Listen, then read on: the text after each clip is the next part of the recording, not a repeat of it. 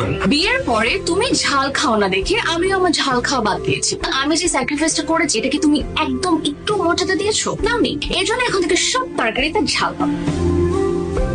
Chicken করেছো? তুমি চিকেনটা বানাচ্ছিলে, হ্যাঁ? কিছু লবণ দিছো? আমি না আগে লবণ বেশি খেতাম, তোমার জন্য কম খাওয়ার অভ্যাস করছিলাম, কিন্তু চিন্তা করলাম কার জন্য এত স্যাক্রিফাইস করবো বলো? এই গর্ব তুই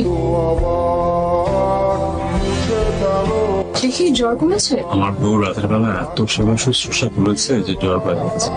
যেভাবে জীবনটা ছুটছিল আসলে বুঝতে পারছিলাম না জীবনে কি দরকার। তো আমার সবচেয়ে মূল্যবান মানুষটা তো আমার সামনেই ছিল, এটাই বুঝতে পারছিলাম।